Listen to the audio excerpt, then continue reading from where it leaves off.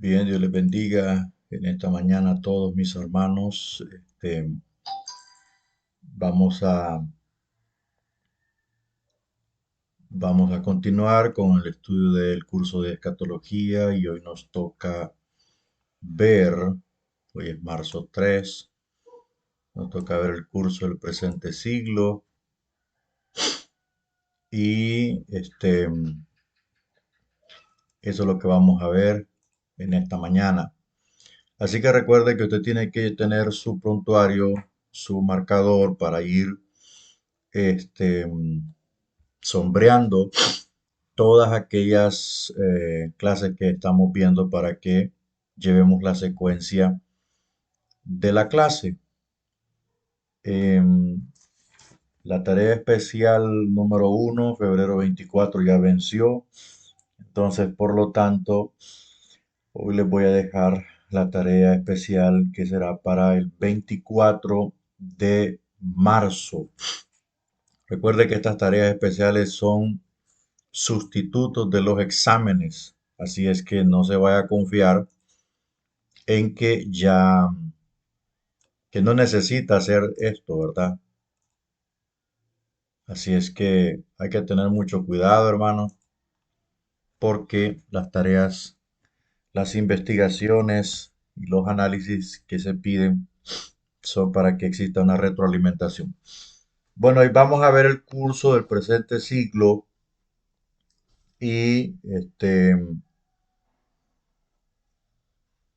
vamos a ver este curso del presente siglo porque es un enlace entre los eventos relacionados con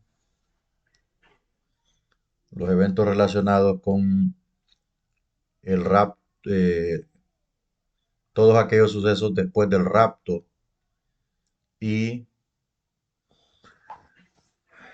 es lo que es lo que nos toca ver. Vamos a ver de qué se trata el curso del presente siglo, pero antes vamos a orar.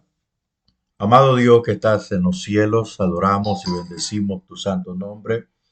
Te glorificamos y te exaltamos, Dios grande y justo. Bendito sea tu nombre por siempre, oh Jehová Dios. Gracias, Padre, por ayudarnos e iluminarnos para poder seguir avanzando en este curso. Yo ruego, Señor, por la vida de los alumnos que verán la clase. Te pido por ellos. Te pido, Dios, que les ayudes en todas sus quehaceres y les suplas cada una de sus necesidades. En el nombre de Jesús te pedimos todo esto. Amén. Bien, el curso del presente siglo es es un periodo dentro del programa de Dios que se ubica entre las dos venidas del Señor Jesucristo a la tierra. Recuerde que ya sucedió la primera venida, que es cuando el Señor vino a morir a la cruz del Calvario, vino a predicar el Evangelio y hacer múltiples obras extraordinarias. El rapto de la iglesia no se puede contar como una segunda venida porque no viene a la tierra, ¿verdad? No viene a la tierra. Según el apóstol Pablo, Jesucristo se queda en el aire esperando a la tierra. Y eso pues es parte de un evento llamado segunda venida en gloria, que es cuando en verdad vendrá a la tierra por segunda vez. Entonces, este periodo de tiempo es el programa de Dios, ¿verdad? Recuerde que Dios trabaja por programas, trabaja muy sistematizado. Dios no es un personaje que va inventando, improvisando conforme pasa el tiempo, no, en lo absoluto. Dios es un ser muy organizado que trabaja con programas, ¿verdad? Entonces, este curso del presente siglo, o sea, cuando hablamos del presente siglo o hablamos de siglos en la Biblia, no nos estamos refiriendo a los siglos normales, así como el siglo XIX, el siglo XX, el siglo XXI. No, La palabra acá, presente siglo o los siglos, está hablando del desarrollo del programa de Dios en ese tiempo. Una cosa es el programa de Dios en ese tiempo y otra cosa es la historia que está continuando, ¿verdad? La historia de los hombres, la historia suya, mi historia. Entonces, eso es una diferencia entre el siglo que habla la Biblia, que podríamos decir siglo desde la perspectiva escatológica, profética, ¿verdad? Profética, pero no profética que andan hablando profecía barata. Estamos hablando de una argumentación profética concerniente al destino de la humanidad, ¿verdad? Al programa de Dios con respecto a la humanidad. Ese es los siglos proféticos o escatológicos que nosotros nos estamos encontrando en este curso. Entonces, el curso del presente siglo es lo que está desarrollándose en este mismo momento desde la perspectiva de Dios en relación a la iglesia, porque hay dos programas que están reflejados en la Biblia para el Señor, ¿verdad? Uno es el programa con Israel y el otro es el programa con la iglesia. Entonces, uno en este momento está detenido, no está anulado, sino que está detenido, y el otro sí está vigente, que es lo que el Señor está haciendo a través de la iglesia. Pero también tenemos que tomar en cuenta que una cosa es que Dios está trabajando con la iglesia, pero otra cosa es que las palabras proféticas y todas las profecías concernientes al fin de los tiempos,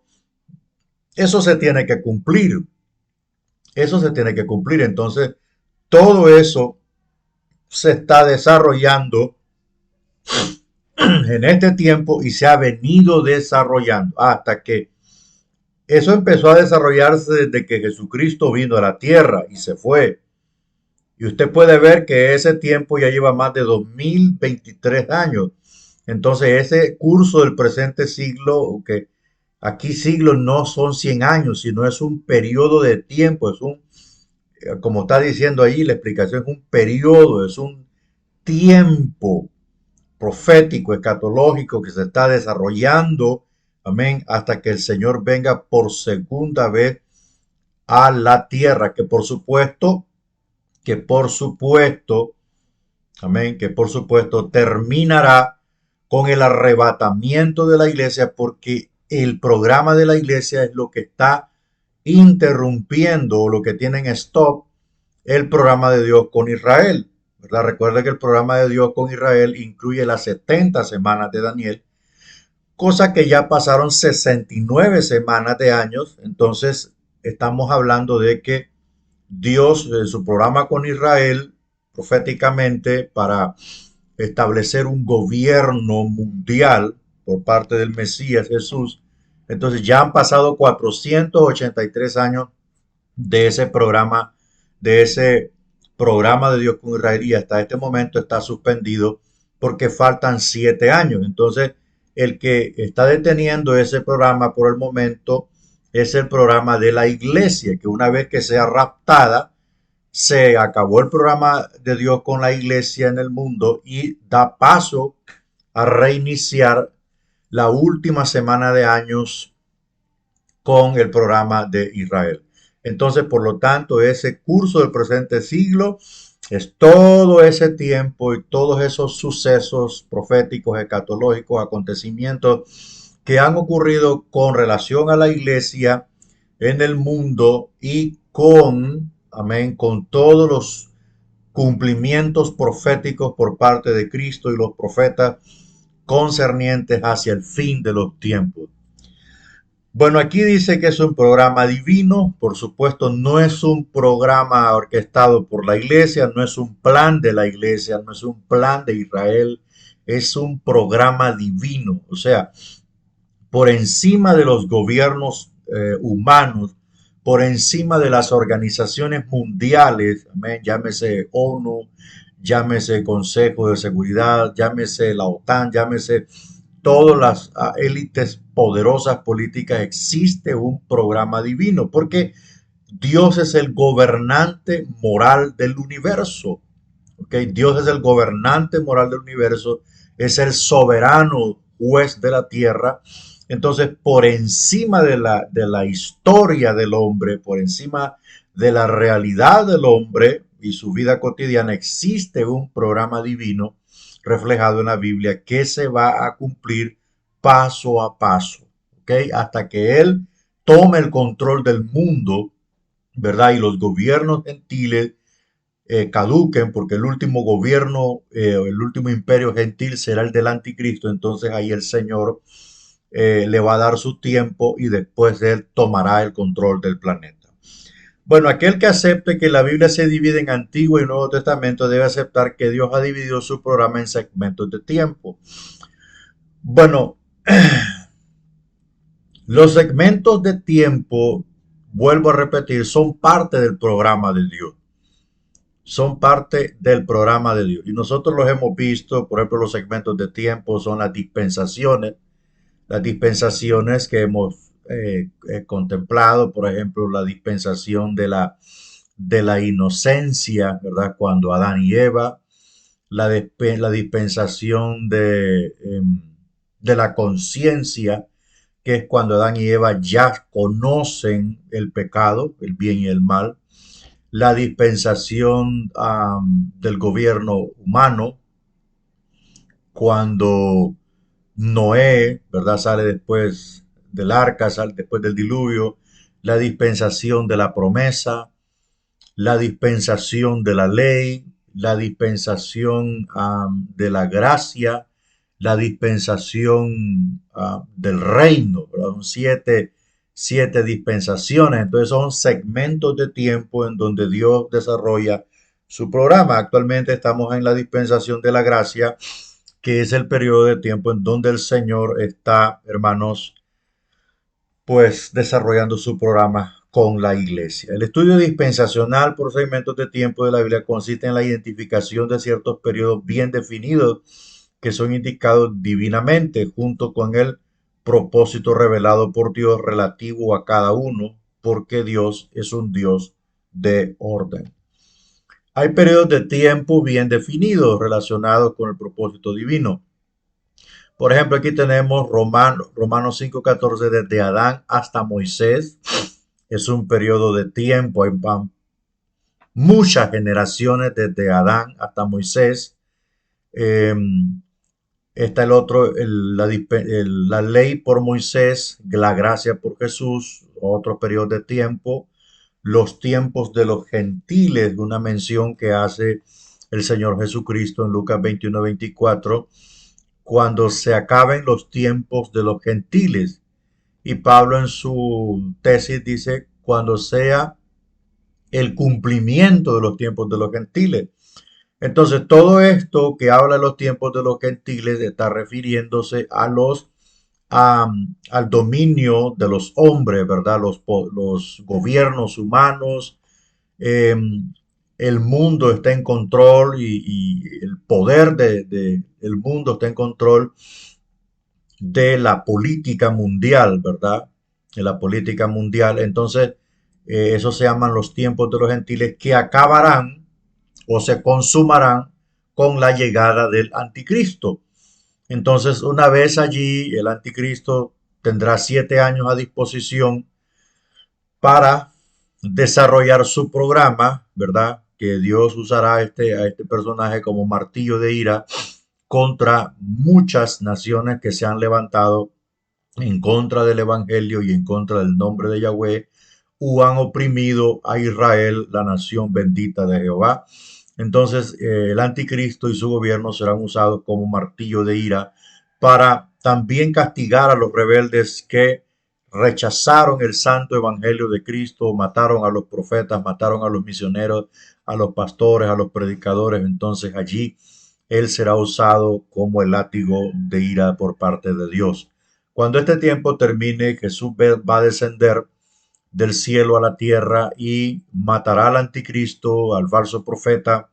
El gran dragón será capturado por 1000 años, se encerrado en el pozo del abismo sin fin, y allí estará preso, amén, y todos los demonios y ángeles caídos que le siguen tendrán que replegarse, tendrán que irse para algún lugar porque no podrán estar en ¿cómo le digo? En el radar de Jesucristo, porque Él va a estar gobernando la humanidad desde Jerusalén. Allí va a estar el Señor sentado en su trono en el templo milenial que será construido en Jerusalén. Entonces, estos ángeles caídos y todos estos demonios, toda la chusma de Satanás, tendrán que buscar un lugar donde refugiarse porque la tierra ya no será un terreno operativo para ellos. Tendrán que irse al cielo o a saber a dónde o a otro planeta, no sé, pero no pueden estar, no podrán estar en el radar, o sea, no podrán estar en el alcance del Señor porque Él será quien regirá las naciones con vara de hierro, ¿verdad? Entonces, esto es lo que entendemos por los tiempos de los gentiles, la consumación de los tiempos de los gentiles, y no meramente se refiere a cosas normales, sino a una cuestión de política internacional que el Señor está dejando que transcurra porque su palabra se debe cumplir. Cuando hablamos de tiempos o sazones del Padre, que usted lo encuentra en Hechos 1:7, el Señor le respondió a los discípulos que no os toca a vosotros saber los tiempos o las sazones, ¿verdad? Son aquellas disposiciones soberanas de Dios que solo le corresponden a Dios. Amén. O sea, nosotros no tenemos nada que ver con ese tipo de determinaciones que el Señor va a tomar o que el Señor va a ejecutar. Nosotros no tenemos vela en ese entierro, ¿verdad? Nada, para nada. ¿Y qué vamos a hacer con saber? Absolutamente nada. Lo que tenemos que saber, o lo que le respondió Cristo en el verso 8, que sí nos convenía saber era que buscáramos el poder del Espíritu Santo para testificar y para llevar la palabra del Señor a todos. Amén. Entonces, eso era lo que el Señor quería trasladar. Ahora, en Tesalonicenses encontramos acerca de los tiempos u ocasiones, es lo mismo que tiempos y sazones. Son esas determinaciones, de repente son esas pequeñas cláusulas que están en el programa eterno de Dios que nosotros no las conocemos. Recuerde que en escatología en parte conocemos y en parte deducimos, pero es una deducción razonable. No es una deducción hipotética, no es una deducción supuesta, es una deducción interpretativa de acuerdo a la profecía, que ya en la ejecución, en el tiempo del cumplimiento real, eso va a ser pues determinante, pero sí esta interpretación deductiva nos ayuda para que nuestra fe sea afianzada en la palabra de Dios y que nuestra esperanza sea fortalecida. En Mateo 13:1 encontramos tiempo entre sus dos venidas, que es el curso del presente siglo, ¿verdad? Un segmento de tiempo. También tenemos en Mateo 24:9 al 31. Bueno, todo este recital de Mateo 24:9 al 31 encontramos una descripción del tiempo del fin, ¿verdad? Pero el versículo 9 al 31 habla explícitamente de el periodo más oscuro que jamás nunca la humanidad pudo experimentar. Es el tiempo de la gran tribulación. Ese tiempo será cual nunca lo hubo jamás. Jesús dijo tiempo que nunca hubo en la tierra.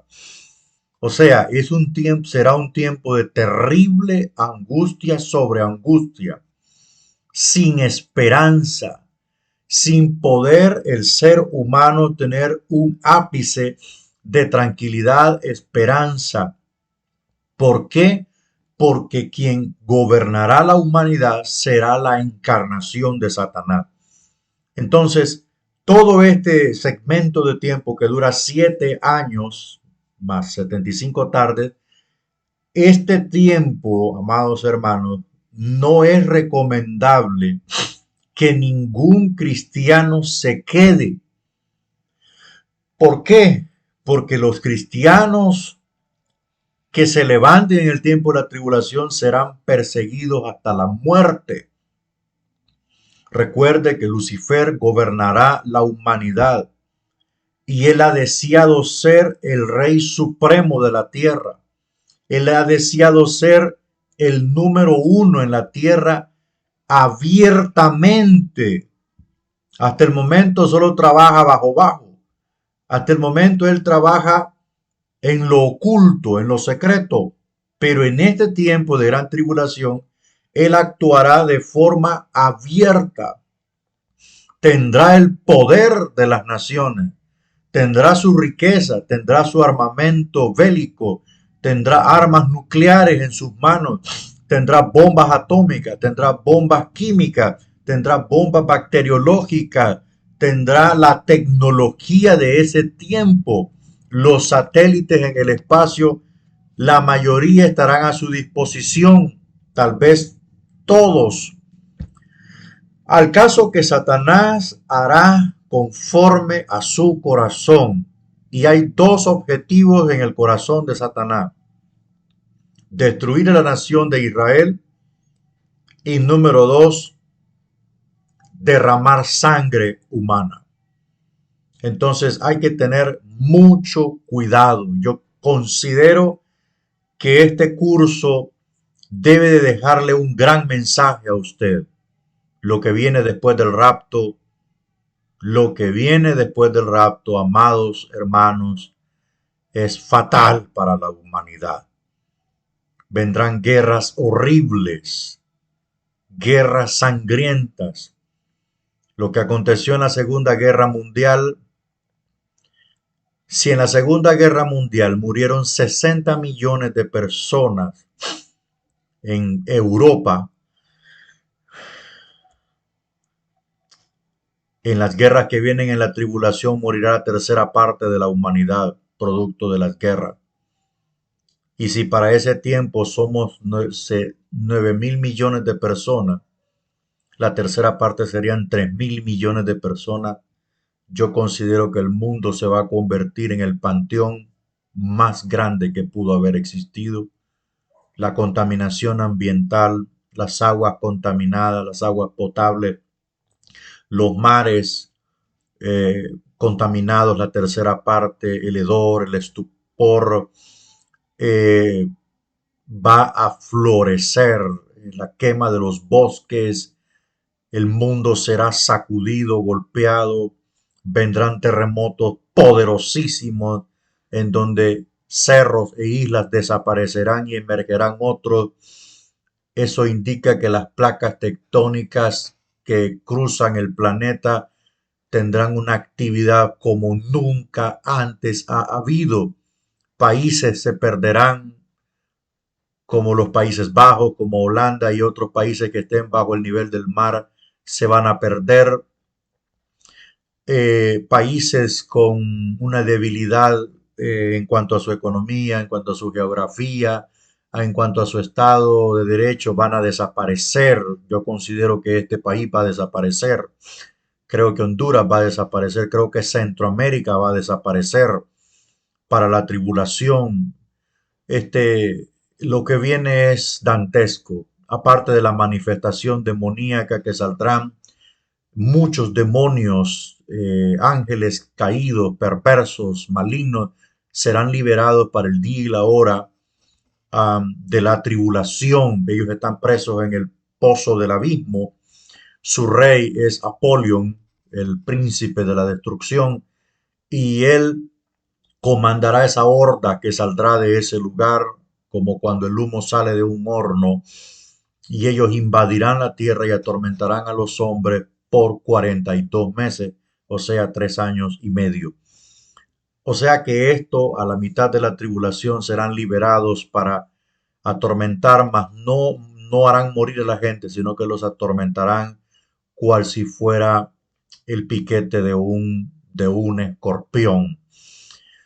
Bueno, eso es parte de lo que se viene y es un segmento oscuro en la humanidad que se aproxima. En otras palabras, la gran tribulación se aproxima. Otro periodo que encontramos es lo postrero de los tiempos, de Israel, según Isaías 22, 1 al 5, en Tito 3, 1 al 5, los postreros días de la iglesia, los cuales lo estamos viviendo, estamos contemplando lo postrero de estos tiempos. Muchos aducen y profetizan que viene un gran avivamiento y todo eso, pero según Apocalipsis,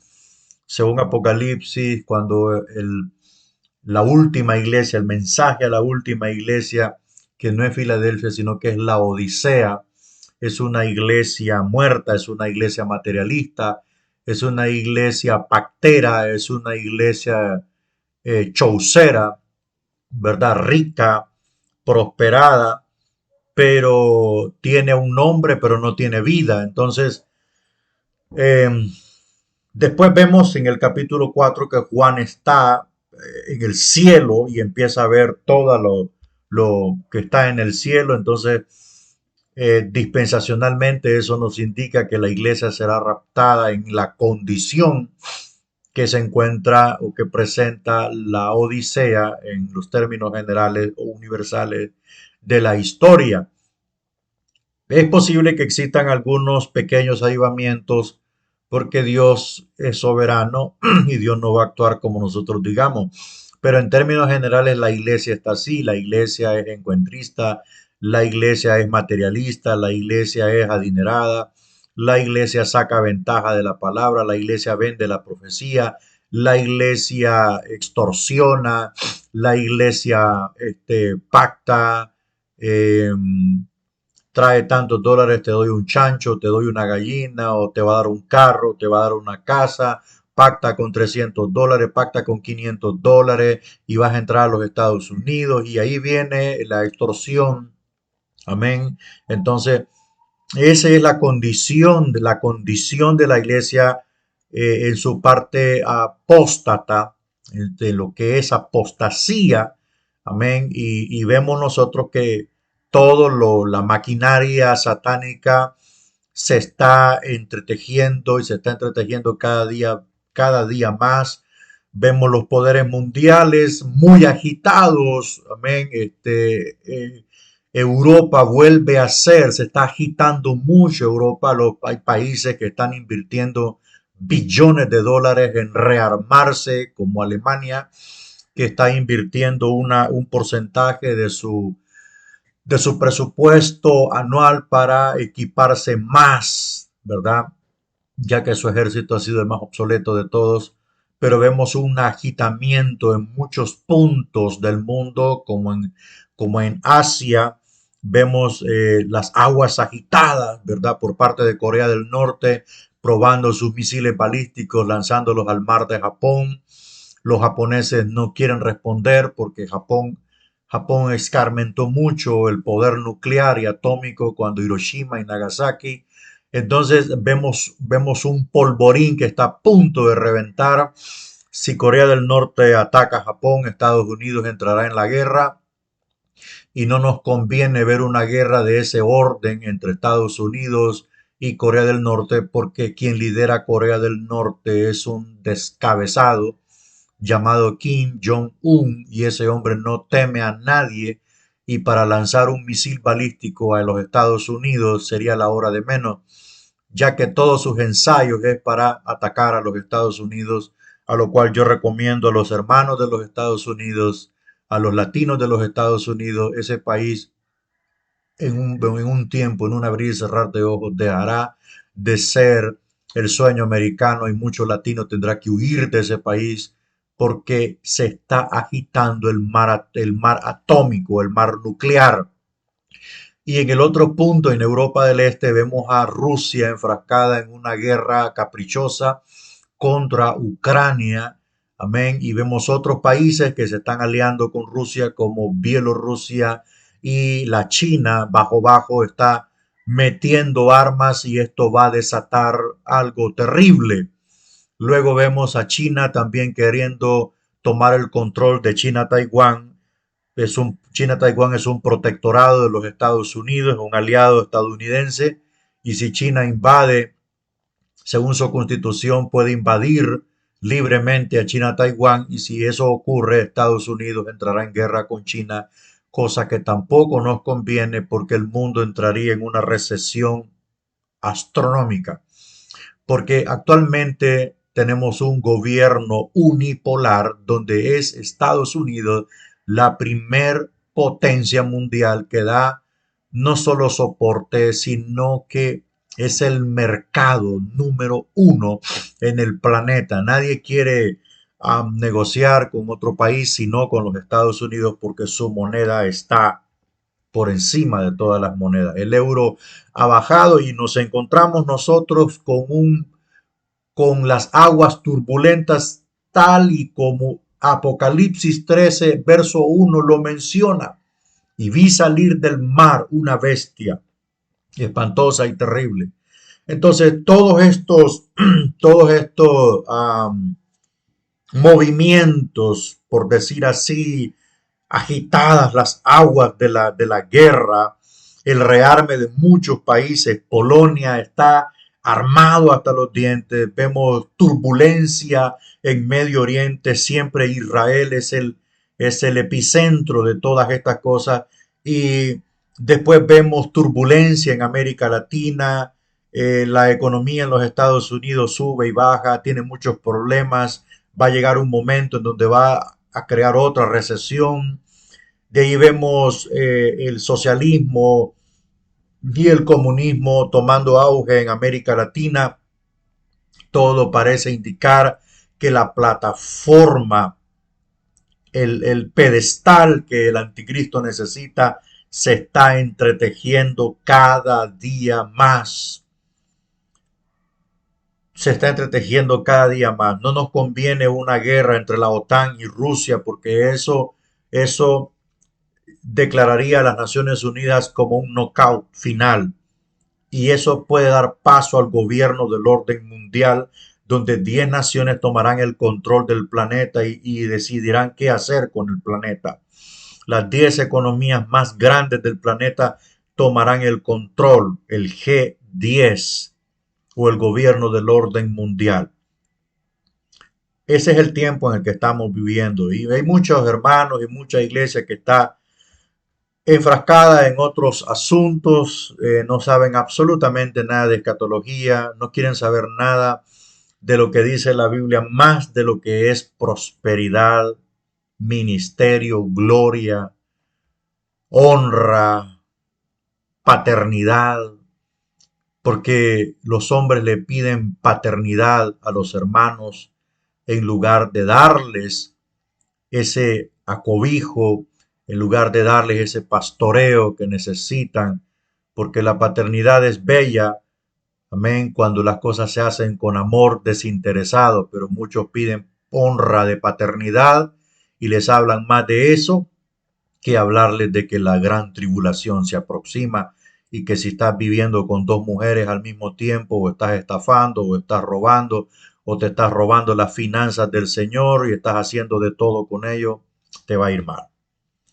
En Apocalipsis 21 al 6 encontramos otro segmento de tiempo llamado el milenio, que son 1000 años donde el Señor reinará en la tierra. Amén. Y nosotros estaremos con Él disfrutando de 1000 años. Luego en Lucas 1:31 al 33 encontramos cielo nuevo y tierra nueva. Creo que ahí es Apocalipsis 21. Bueno, vamos a seguir avanzando. La Biblia de los siglos habla de los siglos. Se revela que hay siglos pasados, en donde los siglos pasados son el programa de Dios que ha transcurrido. Ha transcurrido el siglo presente, lo que se está desarrollando. El siglo o siglos venideros es lo que viene. La dispensación del cumplimiento de los tiempos es esta, la dispensación de la gracia, en donde se van a cumplir todas y cada una de las profecías que desencadenarán la última semana oscura de la humanidad. Veamos la relación de Cristo con los siglos o edades. Cristo es el centro del programa de los siglos. Cuando se dice que es el centro, nosotros encontramos que antes de Cristo y después de Cristo. ¿Ok? Entonces el año 178 antes de Cristo, 150 al 178 antes de Cristo, periodo de dominación siria en la Tierra Santa, en Medio Oriente, cuando Antíoco Epífanes toma el control de Tierra Santa y hace desastres en Israel y mata a muchos judíos. Entonces 178, 168, 158, 138, por decirlo así, año 90, año 70, año 60, año 50, 40, 30, 20, 10, año 1. Entre el año 1 antes de Cristo, por decir así, ¿verdad? Año 30, año 20 antes de Cristo, año 10 antes de Cristo, año, por decir así, antes de Cristo, 9 antes de Cristo, llega la conquista de Roma, ¿verdad? Ese fue un tiempo, a Israel le duró como un año, por decir así, creo, un año, 10 años su soberanía, después de que se deshicieron de la dominación asiria. Entonces llegó Roma como el poder mundial y tomó el control de Tierra Santa. Y cuando Cristo nace, amén, cuando Cristo nace, ahí se parte la historia en dos, porque Él es el centro del programa de los siglos. Porque usted va a encontrar siempre,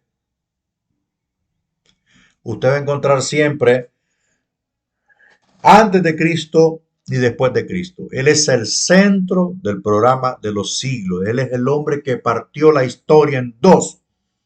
Aunque muchos no lo reconozcan como el Mesías, que solo vean un profeta en él, Cristo es el centro del programa de los siglos.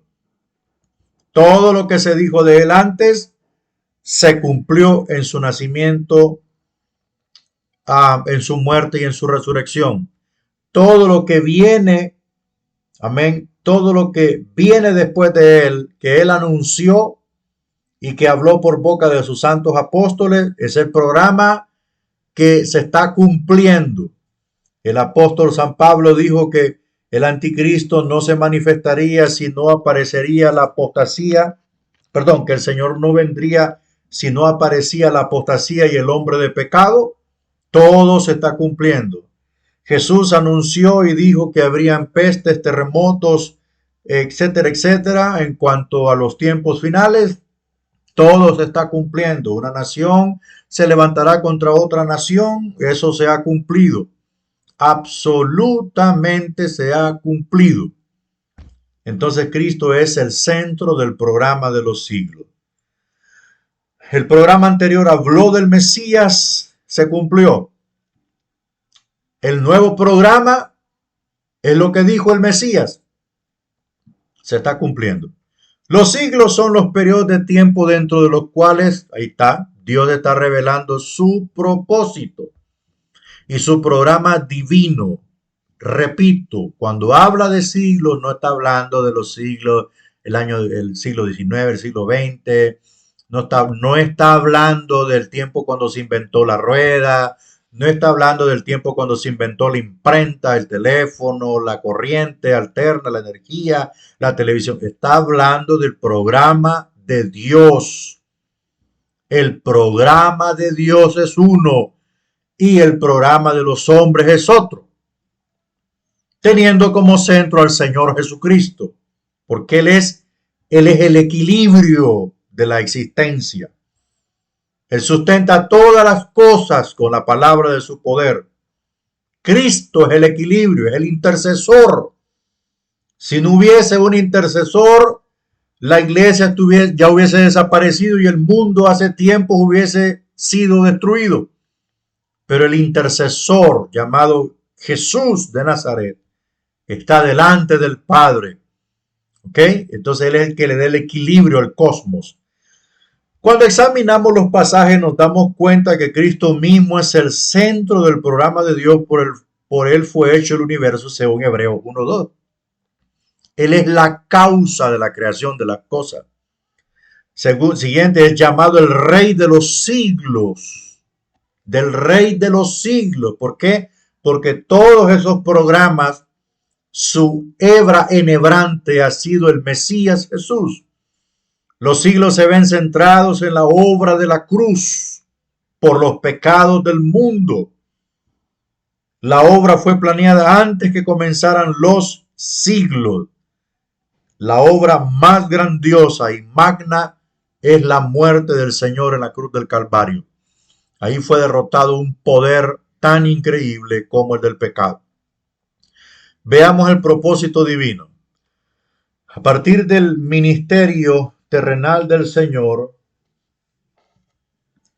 Jesucristo, Dios instituyó un programa nuevo.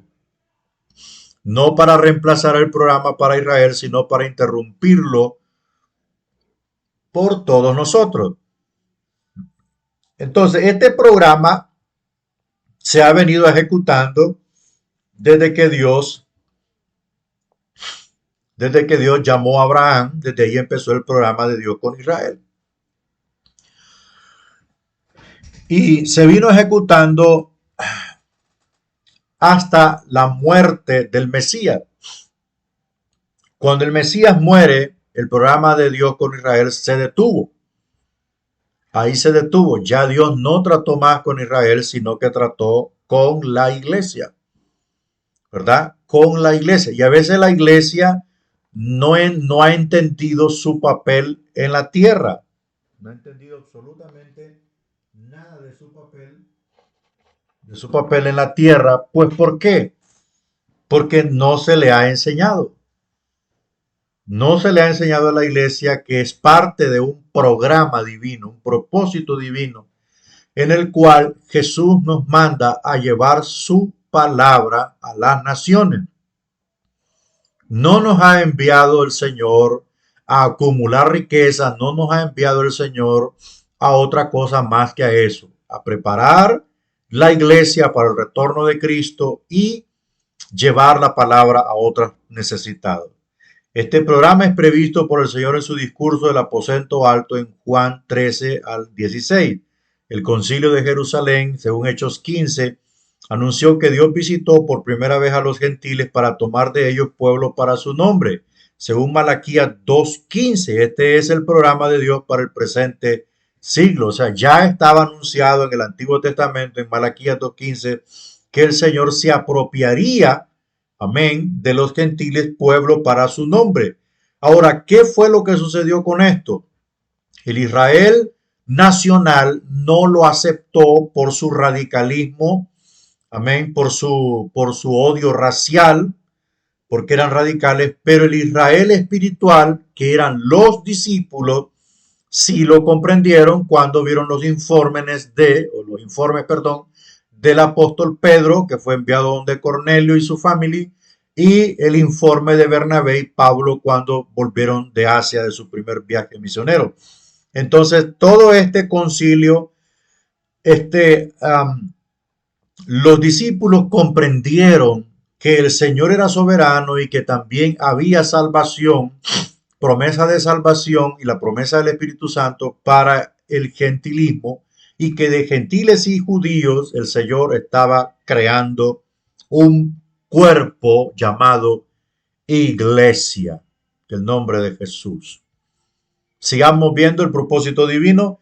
A partir del ministerio eternal de Cristo, Dios instituyó un nuevo programa, tomar de los gentiles pueblo para su nombre, que interrumpe el programa para Israel. ¿Por qué? Porque Israel no llenó las expectativas. Israel no llenó las expectativas y por tanto con Israel Dios no iba a hacer nada. Israel no cumplió. A Israel se le entregó el menorá o el candelabro de 7 brazos para que alumbre a las naciones en oscuridad.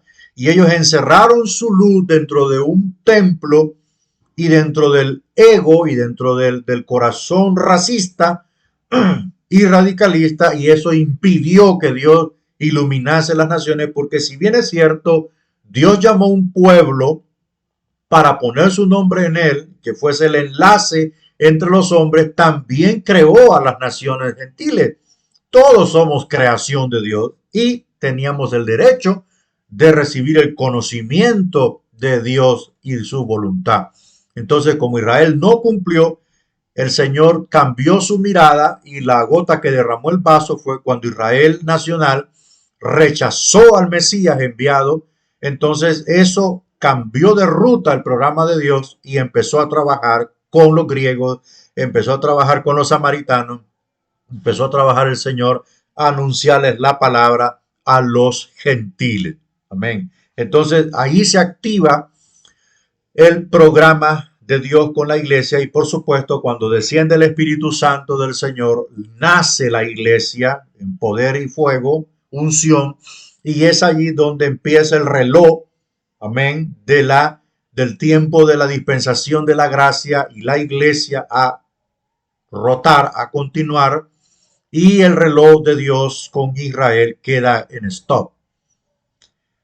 Cuando ese periodo de tiempo del Señor con la iglesia termine en el arrebatamiento y la iglesia desaparezca de la tierra, entonces el reloj profético de Israel vuelve a proseguir su camino. Entonces Dios voltea a ver nuevamente a Israel y para hacerlo entender, para hacerlo que se vuelva al Señor, pero no solamente a Yahweh, sino a su Hijo amado, Jesucristo el Mesías prometido por boca de los profetas en el antaño, tendrá que usar unos mecanismos muy drásticos, porque según sea el hierro, así será la intensidad del fuego para poderlo ablandar. Entonces Dios hará dos cosas. Número uno, sellará 144,000 judíos jóvenes, vírgenes, que no se contaminaron, que son puros, los sellará con el Espíritu Santo y fuego y empezarán a predicar en toda la nación de Israel y en todo lo que se ocupe, llámese redes sociales o etcétera. Y esta predicación irá acompañada de múltiples maravillas, milagros extraordinarios por mano de los 144,000 sellados judíos. Y por otro lado, el Señor atacará o dejará que el anticristo persiga a la nación de Israel para hacerlos volverse al Mesías Jesús. Entonces Dios tiene que usar estos mecanismos para poder salvar al pueblo del pacto. Y eso será en el programa de Dios con Israel. Quiero darle un consejo. No mezcle, no confunda los programas. Actualmente Dios no tiene ningún trato con Israel. Más que un acto de su misericordia y gracia, porque es su pueblo. Pero no es un trato de ministerio, no es un trato del sumo sacerdote de las naciones. No, eso está stop. Porque ahorita el sumo sacerdote de las naciones es la iglesia.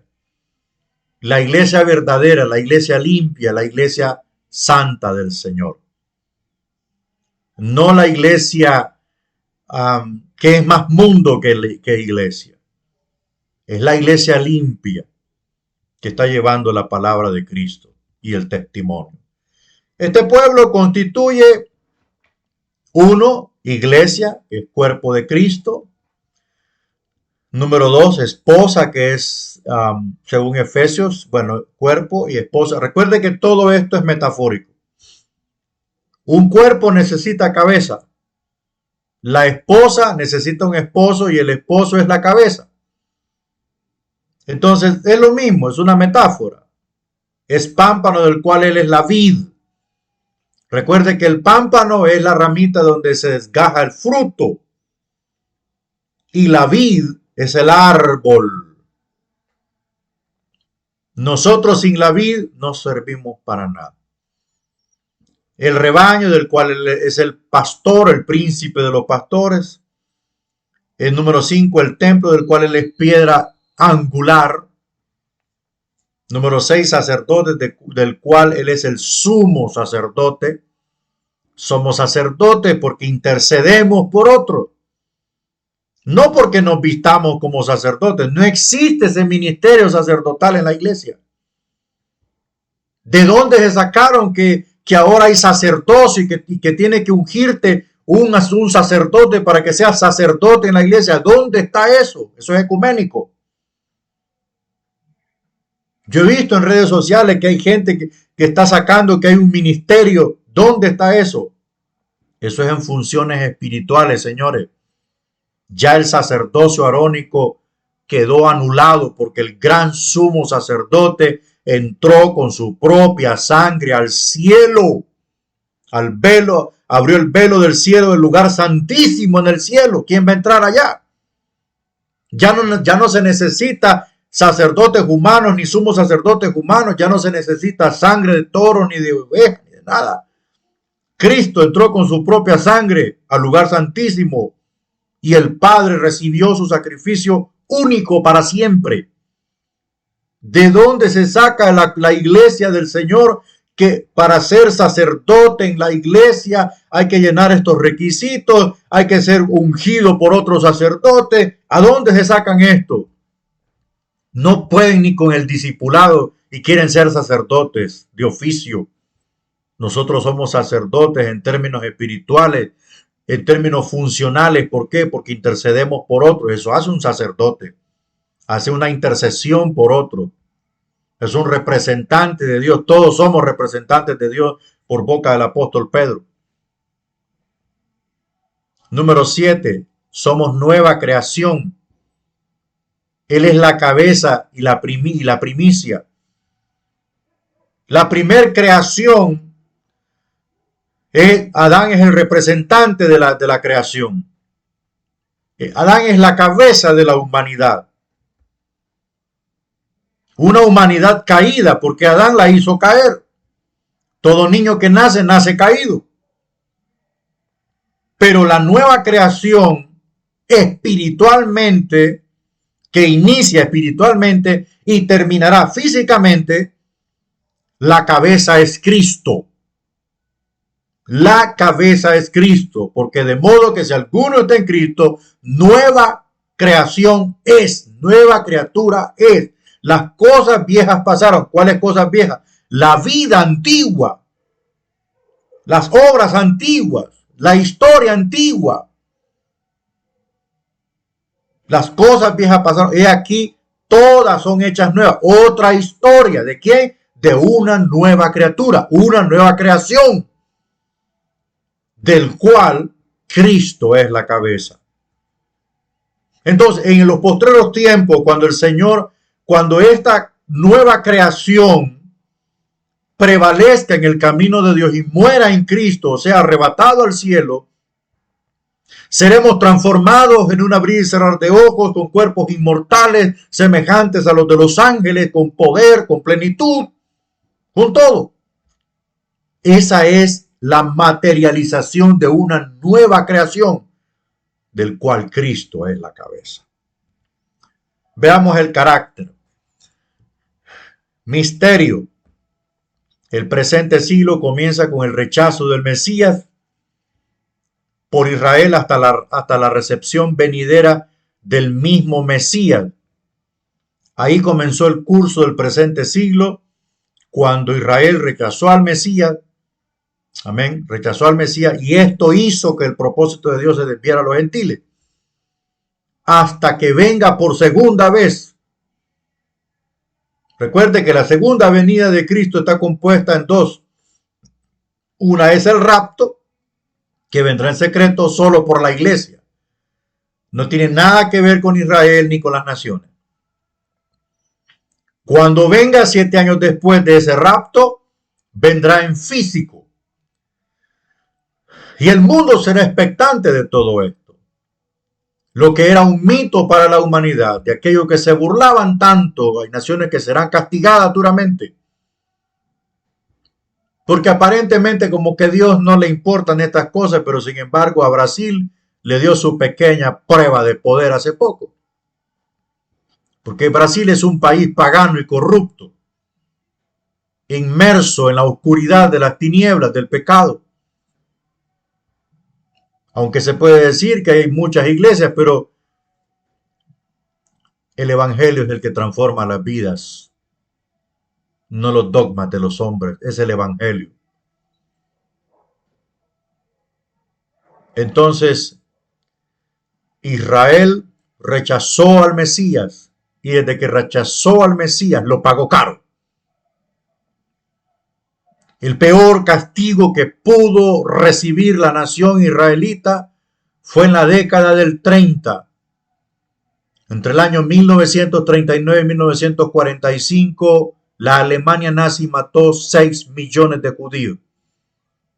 Y antes de esto, las incursiones de los caballeros templarios y las cruzadas que mataron a muchos judíos porque no se convertían a Cristo.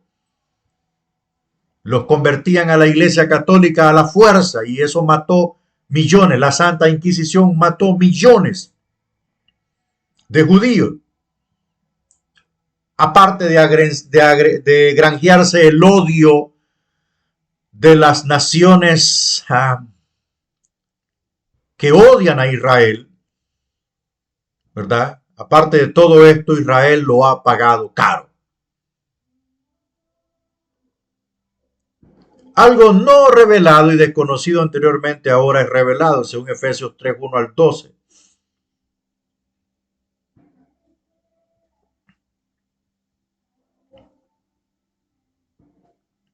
Antes el Evangelio no había sido revelado, pero el Señor lo trajo. ¿Por qué? Porque Dios revela su propósito en estos segmentos de tiempo llamados dispensaciones. Este evangelio sería la mejor oferta que la ley. La ley solo era para Israel, pero el evangelio es para las naciones. Una oferta generosa, llena de gracia y misericordia, de transformación interna y poder del Espíritu de Dios, donde podría convertir a los hombres en ministros del Señor y a las mujeres en ministras del Señor. Este evangelio sería la buena noticia de Dios a la humanidad. Antes estaba oculto, pero hoy ha sido revelado, dijo el apóstol Pablo en su carta a los Efesios.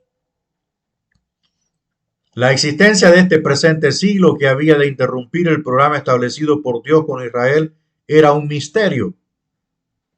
Claro, es el desarrollo de la iglesia, era un misterio. La iglesia tendría la misión de ejecutar lo que Israel no pudo hacer. Lo que Israel no pudo hacer, la iglesia tendría la facultad de poderlo hacer. Siguiente, que Israel iba a ser cegado de manera que los gentiles pudiesen ser llevados a una relación con Dios, era un misterio, según Romanos 11:25. Eso no se podía creer, que Dios podría tomar pueblo de los gentiles para su gloria y su nombre. E Israel se cegó a sí mismo, porque el conocimiento de Dios no ciega. El conocimiento de Dios abre los ojos, quita el velo. Pero lo que sucede es que Israel se cegó por su odio racial y su radicalismo, que no ha ayudado en nada. La iglesia formada por judíos y gentiles en un cuerpo era un misterio, según Efesios 3, 3 al 9, etcétera, etcétera. Que pudiesen adorar al Señor gentiles y judíos, eso era un mito.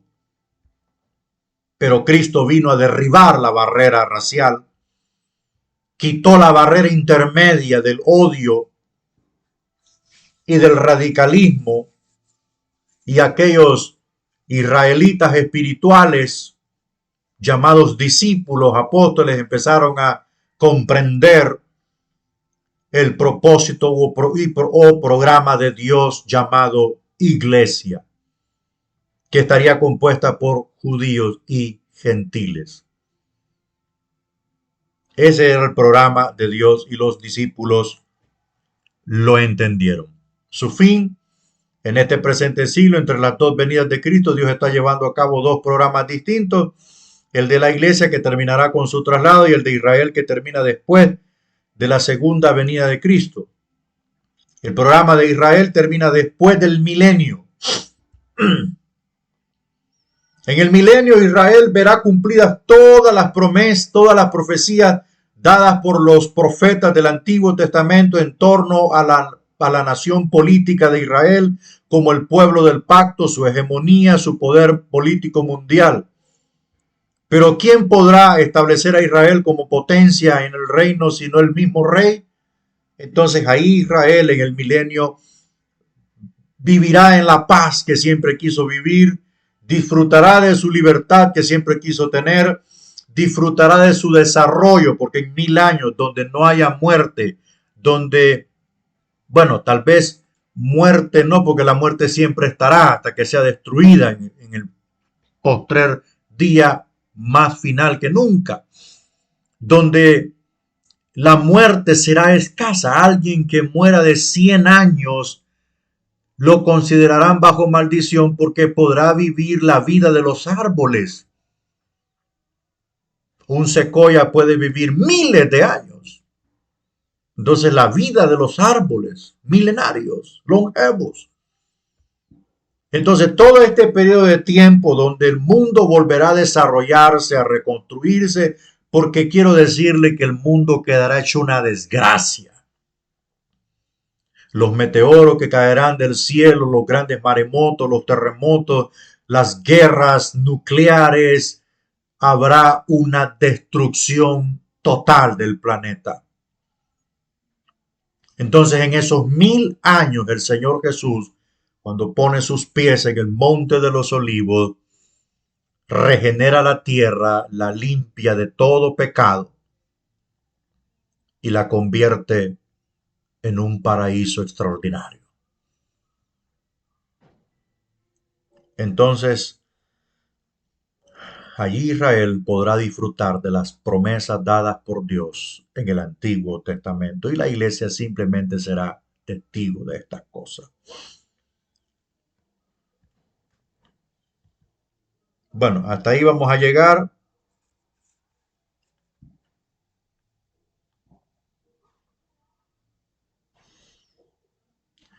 Bien, recuerde que debe hacer sus asignaciones.